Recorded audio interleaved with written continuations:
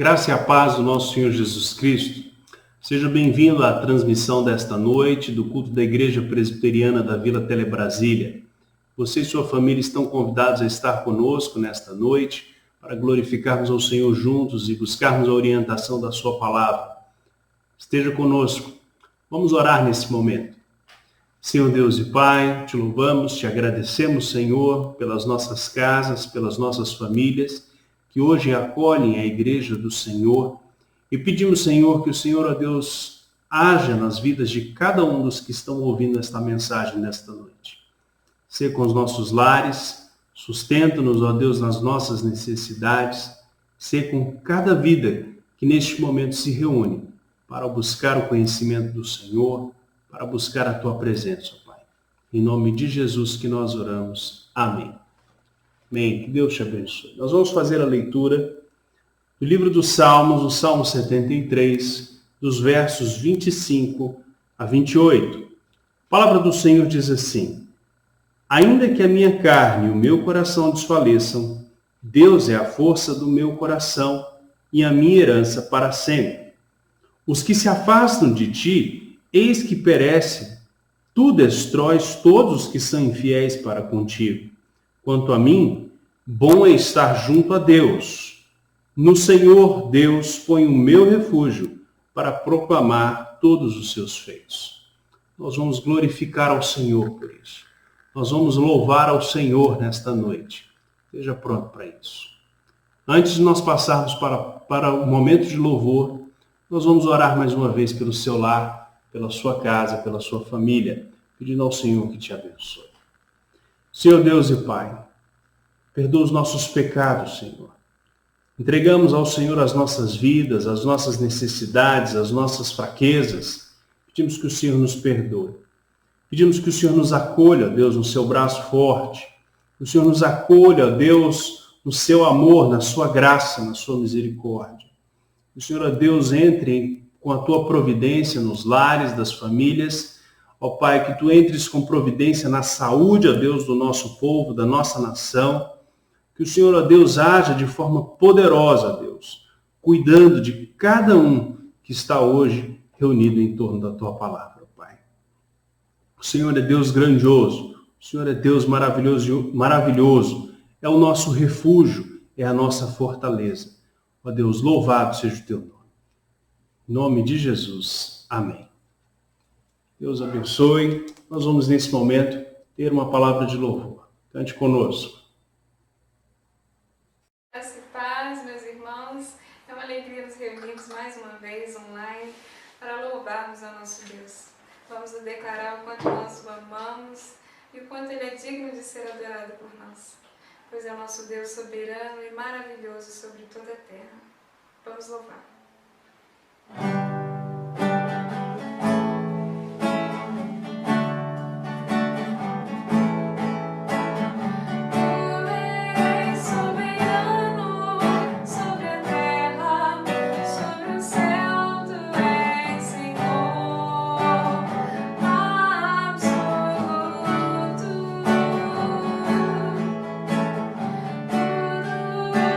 Existe, acontece.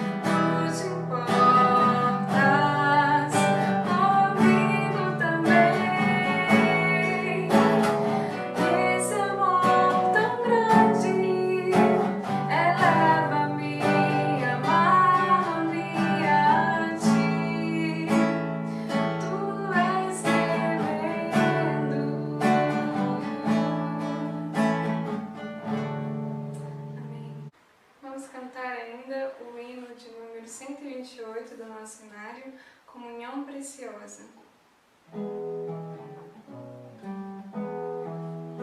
Preciosas são as horas na presença de Jesus, comunhão deliciosa da minha alma com a luz. Os cuidados deste mundo não me podem abalar, pois Ele o meu abrigo quando tenta dor chegar, quando tenta dor chegar. Ao sentir-me rodeado de cuidados terrenais, irritado e abatido ou em dúvidas fatais, a Jesus eu me dirijo nesses tempos de aflição.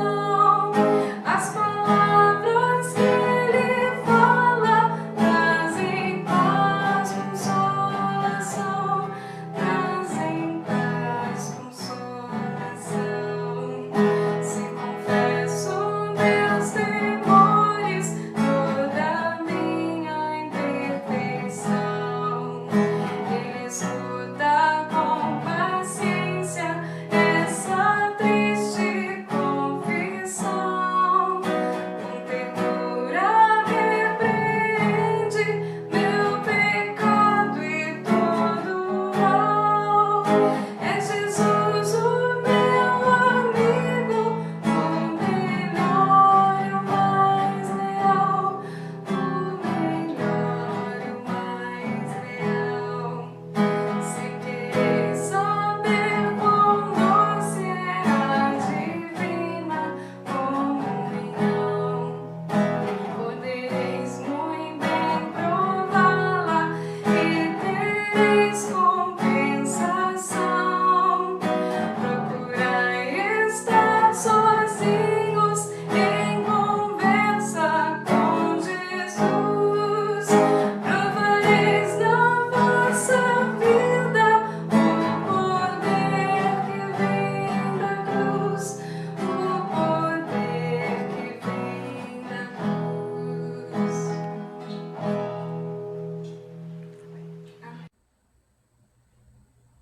Amém, graças a Deus. Nós vamos nesse momento fazer a nossa reflexão no livro de Mateus, no Evangelho segundo Mateus, no capítulo 11, nos versos de 28 a 30. Diz assim a palavra do Senhor: Vinde a mim, todos os que estáis cansados e sobrecarregados, e eu vos aliviarei. Tomai sobre vós o meu jugo e aprendei de mim, porque sou manso e humilde de coração, e achareis descanso para a vossa alma, porque o meu jugo é suave e o meu fardo é leve. Vamos orar mais uma vez. Pai, abençoa-nos, ó Deus, nesse momento da leitura, que já lemos a palavra. Abençoa-nos, ó Deus, nesse momento da reflexão. O Senhor, ó Deus, fale aos nossos corações, é o que nós clamamos em nome de Jesus. Amém. Amém. Meus irmãos, esse é um texto que me acompanha já há muitos anos. Desde a minha época de seminário foi feito um trabalho sobre ele. Eu gosto muito de comentar sobre ele, de pensar e refletir sobre ele. Hoje nós faremos uma reflexão bastante apropriada, talvez, para os nossos tempos, onde nós devemos pensar na nossa condição de dependência do Senhor. É comum nós ouvirmos acerca da perseguição que os cristãos em determinados países sofrem, cujos regimes políticos são autoritários e, em sua maioria, são teocráticos ou comunistas. Uma pesquisa, mesmo pouco minuciosa, que você possa fazer a respeito desse tema, será capaz de revelar que os cristãos são o grupo mais perseguido e morto em todos os tempos e em todos os lugares. Isso já acontece há cerca de 2000 anos. A Associação de Ajuda à Igreja Carente, ela avalia que 80% da perseguição religiosa no mundo é contra os cristãos e relaciona violações de direitos religiosos em 175 dos 193 países do mundo e ainda violações graves de direitos religiosos em 22% deles. É interessante nós observarmos que, apesar dessa perseguição, uma importante faceta deste tipo de violação e de perseguição acontece não apenas nas perspectivas externas da igreja ou em eventos externos às nossas comunidades, ela às vezes acontece dentro de nossas próprias comunidades. Não querendo nos impedir de louvar, não é comum enxergarmos isso nas nossas comunidades, mas querendo nos impedir de viver um evangelho pleno. Nossos arraiais estão muitas vezes saturados de homens que, julgando-se visionários, propõem por princípios e valores alheios ao cristianismo verdadeiro. Imbuídos de uma religiosidade legalista, são capazes de matar e destruir, mas não são capazes de amar e de construir. Vivendo mergulhados no ódio com o qual julgam serem mais santos ou mais capazes, eles violentam a autoridade da Bíblia e destroem a comunhão sadia no corpo. Talvez nós não estejamos vendo isso de forma tão contínua na nossa igreja especificamente. E graças a Deus por isso. Mas é importante observar que este problema, ele está presente. Hoje, vemos uma nova roupagem para o farisaísmo. Aquilo que podemos entender como nea-stole, já que gostamos desses neologismos. E atenção, esse farisaísmo moderno também é combatido por Cristo. O capítulo 11 de Mateus, ele está inserido numa seção do Evangelho que vai do capítulo 4 até o capítulo 13, em que é apresentada a proclamação da mensagem de Jesus em meio a um alto exercício de seu ministério missionário. Na porção final dessa sessão, já no capítulo 11, Mateus insta o leitor a perceber que a mensagem proclamada, embora possa ter criado convicção de fé em algumas pessoas e mudança de direcionamento naqueles ouvintes crentes, ela não cria a utopia de uma sociedade mais justa ou mais tolerante. Ao contrário, Jesus evidencia, Mateus evidencia que o ministério de Jesus, ele encontrou uma forte oposição das autoridades e de parte do povo, especialmente mobilizada pelo partido político dos fariseus. E na porção que lemos, nos versos 28 a 30, ele nos dá um alento para essas dificuldades, para esses problemas. É importante observar que a proposta de Jesus, ela tende a nos acolher nessa necessidade. Ela tende a nos dar condições de que possamos viver de uma forma dependente de Deus, mas livres da opressão. O cristão, ele deve buscar o aperfeiçoamento na dependência de Deus para vencer as adversidades. Devemos buscar esse aperfeiçoamento na dependência de Deus.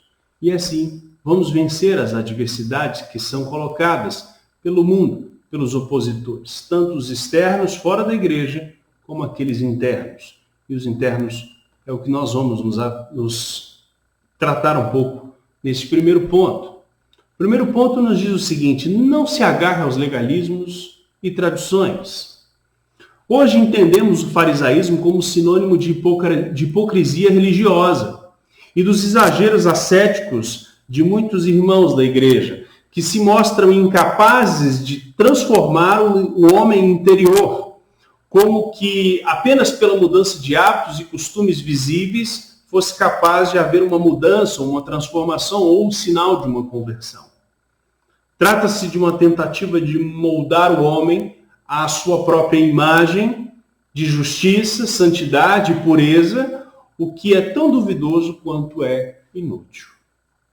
Como diria Sofar, um amigo de Jó, pois Deus identifica, conhece os enganadores, os malfeitores, descobre a iniquidade, presta atenção. Diante disso, uma pessoa insensata pode criar juízo e se tornar sábio quando a cria do asno, o jumento selvagem, tornar-se um homem, uma criatura divina. É duvidosa a ideia de que a justiça, a santidade, a pureza, elas podem ser de alguma forma imposta a homens pecadores, enganadores, malfeitores, a partir de regramentos de uma religiosidade, de um asceticismo que consiste no afastamento da presença do mal, e isso enquanto pecadores subsistem, enquanto o pecado, na verdade, subsiste dentro do próprio homem. Embora haja uma clara recomendação bíblica para que nos afastemos da aparência do mal, não é sábio cuidar apenas da imagem de santidade e deixar de tratar o homem interior. Era exatamente isso que os fariseus faziam ao reportar-se acerca da lavagem das mãos e dos pés antes das refeições como um sinal de pureza espiritual, ou de suas longas orações arrogantes como a calção de uma comunhão com Deus, ou de suas saudações em praça pública e do estar em destaque na sinagoga, sentando nas primeiras fileiras como evidência de suas piedades. Jesus chama tais edificações e tal proposições dos fariseus como tumbas podres, sepulcros caiados, basta ler lá em Mateus 23. E vendo dos santos, ele faz uma analogia a respeito da tradição legalista e das práticas ortodoxas arrogantes, como a de um andaime montado para construir a fachada de um templo, o andaime no qual não é retirado após a construção do templo. Muitos pensam que aquele andaime é o que mantém a ordem, os valores sobre os quais o templo foi construído para representar. Mas, na verdade, sua permanência ofusca de maneira inadequada os princípios da edificação. Ou seja, o andaime se tornou inútil. O jugo do verso 29 é a travessa de madeira, presa ao pescoço daquele asno, do jumento selvagem, para evitar o ímpeto de sua desobediência. O jugo da lei era exaltado pelos rabinos judeus como uma gloriosa obediência à lei. George Eldon Ladd, no seu livro de teologia do Novo Testamento, comenta que a razão pela qual a lei não pode transformar pecadores em homens justos é que ela é um código exterior. Ao passo que os corações dos pecadores, dos homens, precisam de um poder transformador interior.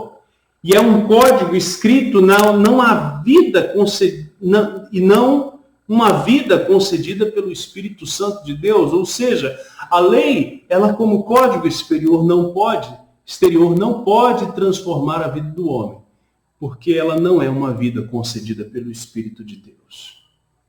Conforme nos lembra o apóstolo Paulo, lá em Romanos, no capítulo 7, verso 16, sirvamos conforme o novo modo do Espírito, e não segundo a velha forma da lei escrita.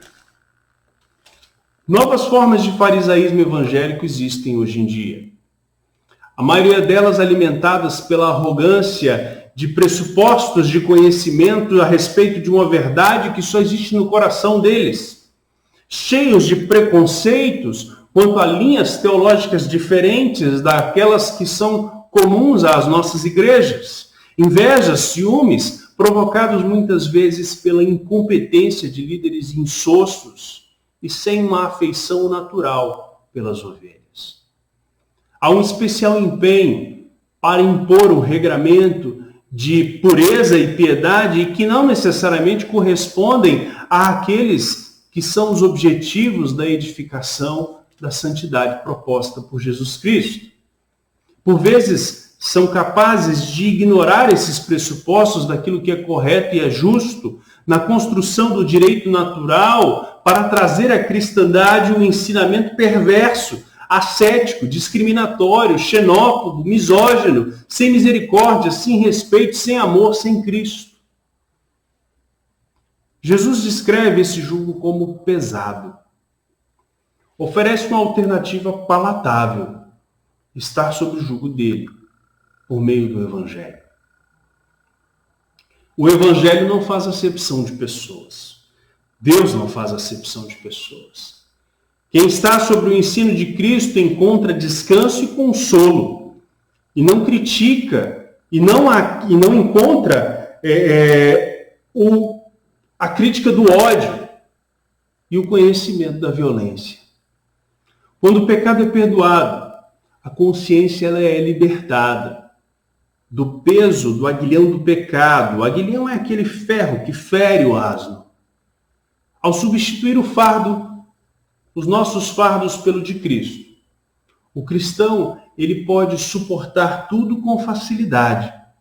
Martinho Lutero comentava que o cristão voluntariamente faz e sofre tudo, porque dentro dele tudo se torna suave e doce quando ele absorve o fardo de Cristo.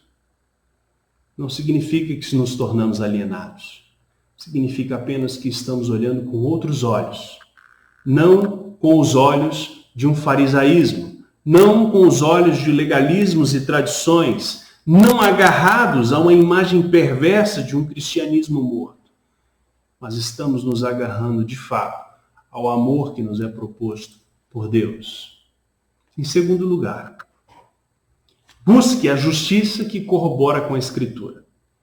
Ainda quanto à transformação do caráter do pecador, devemos aprender que os elementos externos eles não são capazes de provocar a mudança interior, é o que vimos. E o que Jesus responde aos fariseus em Mateus, no capítulo 15, no verso 18 a 19, ele diz assim: não é o que entra pela boca que contamina o homem, mas o que sai da boca, porque procede do coração. Nisso fica evidente que o nosso exterior não é o que provoca a mudança. É do interior que surge a transformação. Isso se reflete no nosso exterior. Dessa forma, os exercícios espirituais que podem nos orientar em nossa prática de justiça não possuem qualquer efeito real se não forem auxiliados pela presença do Espírito, que é capaz de moldar o nosso interior. A faina,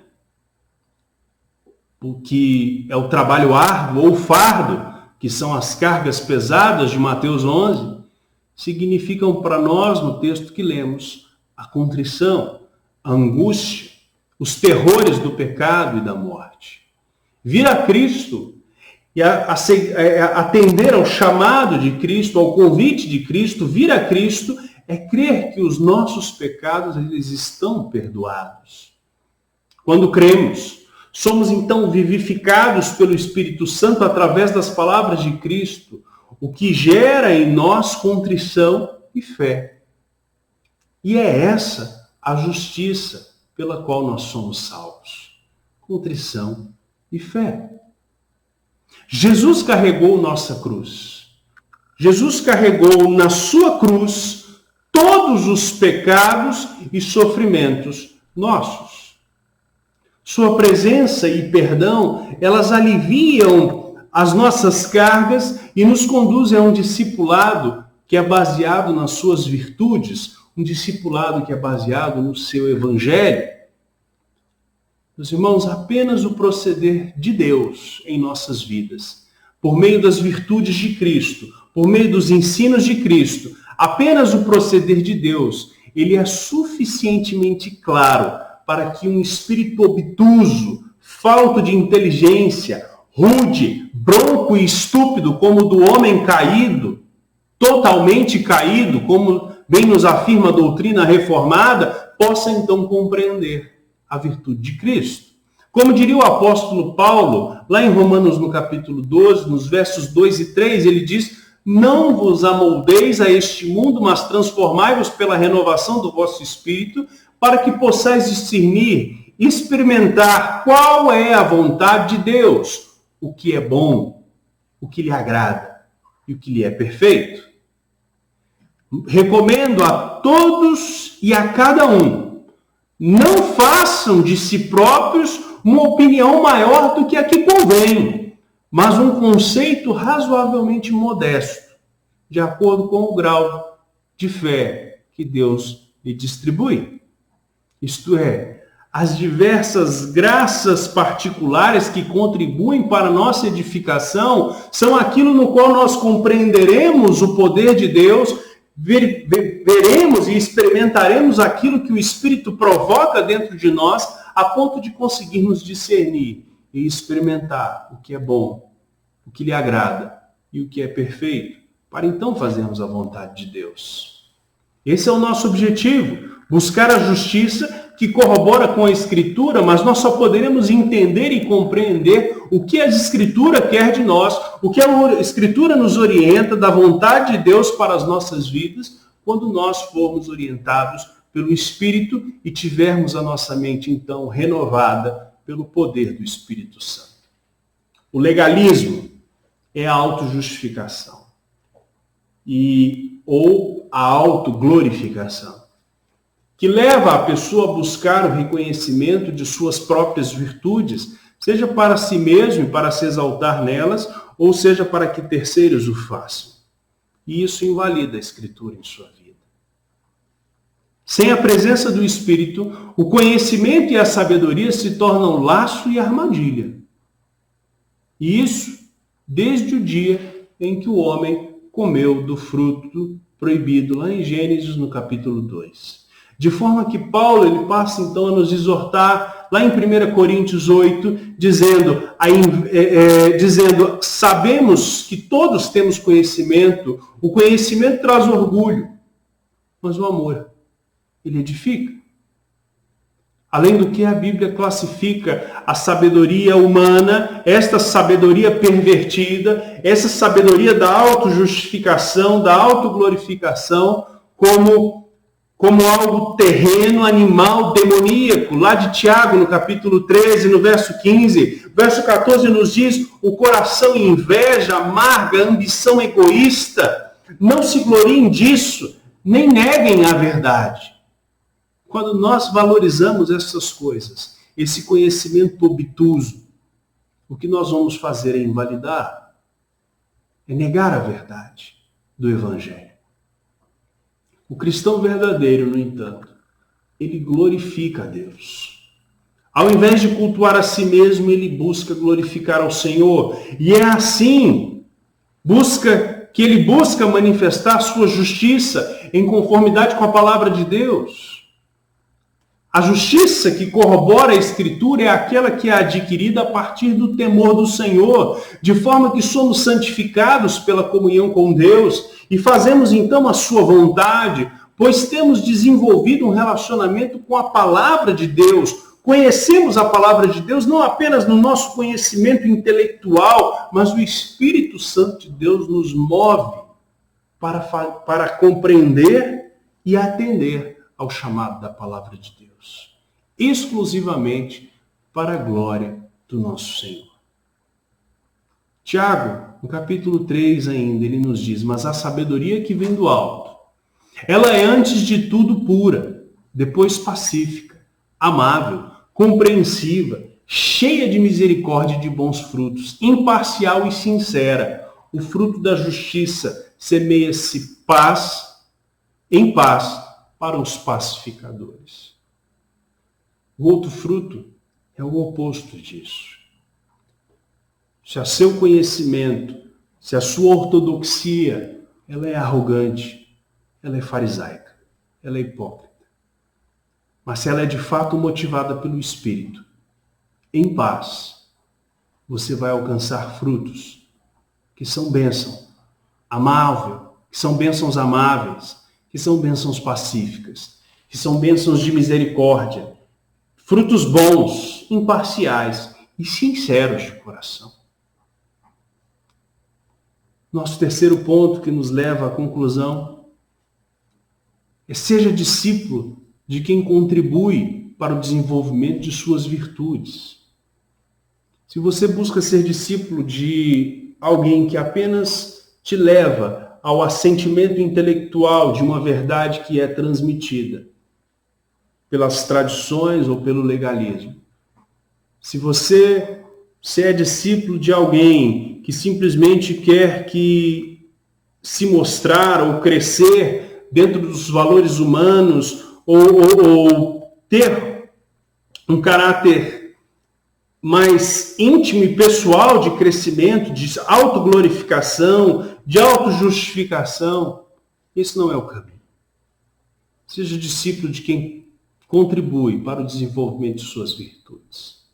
Não perca tempo insistindo em uma religiosidade nominal, como evangélicos não praticantes, como hoje alguns costumam dizer, uma coisa absurda, não faz o menor sentido.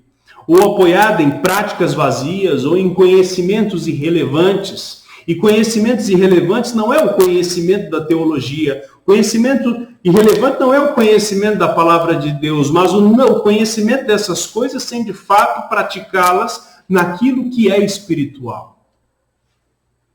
Busca o conhecimento de Jesus, que é quem lhe atribuiu um valor inestimável, morrendo na cruz por você e pagando o preço pelas suas iniquidades. Jesus te chamou e te ofertou uma carga suportável, com valores que são muito mais altos do que os da lei, que não estão submissos às arrogâncias e perversidades do farisaísmo, seja do passado ou do presente. Seja dependente de Deus, pois é Ele quem estabeleceu o caminho para a sua salvação.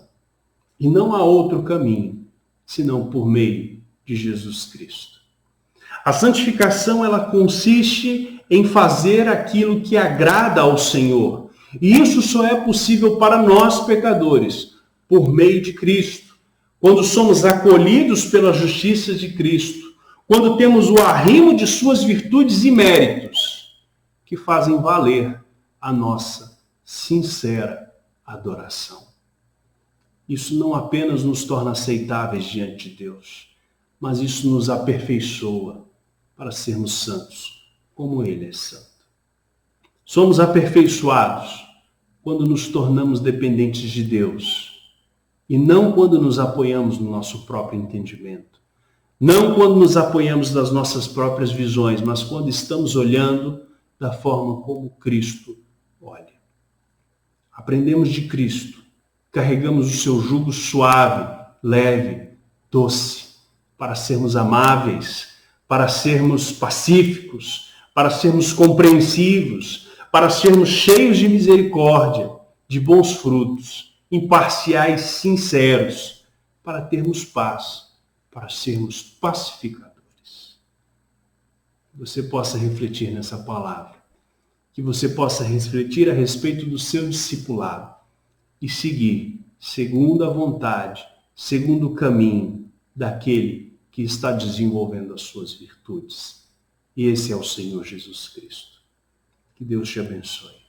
Vamos orar mais uma vez, vamos falar com Deus e pedir que o Senhor abençoe o nosso lar. Senhor Deus e Pai, nós te louvamos e te agradecemos pela tua palavra e pela reflexão, ó Deus, que fizemos nesta noite. Que o Senhor, ó Pai, continue a trabalhar nos nossos corações e que o teu Santo Espírito continue a mover-nos, ó Deus, para sermos mais afeiçoados, mais em concordância com a palavra do Senhor, com a vontade de Deus sobre as nossas vidas. Senhor, age sobre nós, continua cuidando de nossa igreja, continua cuidando, ó Deus, de cada um dos irmãos de nossa igreja para sermos aperfeiçoados em Cristo Jesus, tanto para as boas obras, quanto para o louvor, para a glorificação do teu santo nome. Ó Deus, em nome de Jesus que nós pedimos. Abençoa também os nossos lares e as nossas famílias, aqueles que precisam retornar ao trabalho, ó Deus, nas ruas, que o Senhor os guarde, os livre de toda enfermidade, livre, ó Deus, desta pandemia que vem assolando as cidades. Abençoa, ó Deus, os trabalhos, aqueles que precisam de um emprego neste momento, que o Senhor, ó Deus, os acolha, que o Senhor acolha as nossas necessidades financeiras, os problemas emocionais, os problemas, ó Deus, financeiros, os problemas, ó Deus, de relacionamento dos nossos lares. Que o Senhor, ó Deus, nos sustente em todas as nossas necessidades, nós dependemos de Ti. Mas, acima de tudo, ó Deus, cuida do nosso coração, para não sermos enganados pelo inimigo, para que o diabo não tome vantagem sobre nós e nos carregue para o caminho do pecado. que nós possamos, de fato, ó Deus, como discípulos de Cristo, seguirmos, ó Deus, conforme a orientação e o caminho que o Senhor tem determinado para as nossas vidas. Dispensa sobre cada um os teus cuidados, é o que nós clamamos em nome de Jesus. Amém. Que a graça do nosso Senhor Jesus Cristo, o amor de Deus o Pai, a comunhão e a orientação do teu Santo Espírito seja sobre todo o povo de Deus, na Igreja Presbiteriana da Vila Telebrasília e também espalhado por toda a terra hoje e sempre. Amém. Amém. Que Deus te abençoe a sua casa, abençoe a sua família. Em breve, nós estaremos, com a graça de Deus, retornando às atividades do nosso culto. O Conselho de nossa igreja tem preparado tudo para que possamos ter um retorno seguro, sadio e termos paz, para retornarmos em paz, de fato, para a convivência do nosso tempo, no nosso tempo. Deus continue nos abençoando e continue orando por esse propósito também. Deus o abençoe.